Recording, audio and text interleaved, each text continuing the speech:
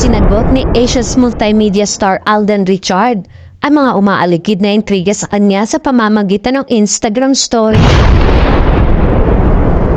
Sa isang IG story kasi ni Alden nitong Lunes, February 24, mababasa ang isang food of thought na tila may kahulugan at pinatutungkulan. Mind your own business, saad sa text caption.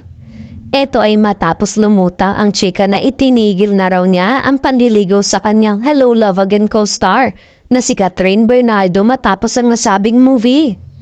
Bukod pa rito, syempre, ang umuugong na bulong-bulungan na nagkabalikan na umano sina Catherine at ex-jowa nitong si Daniel Padilla. Pero kung matatandaan, wala namang kinukumpirma si Alden na kahit anong hinggil sa relasyon nila ni Catherine. Maliban sa mas naging komportable daw sila sa isa't isa nang magkasama muli sa pelikula.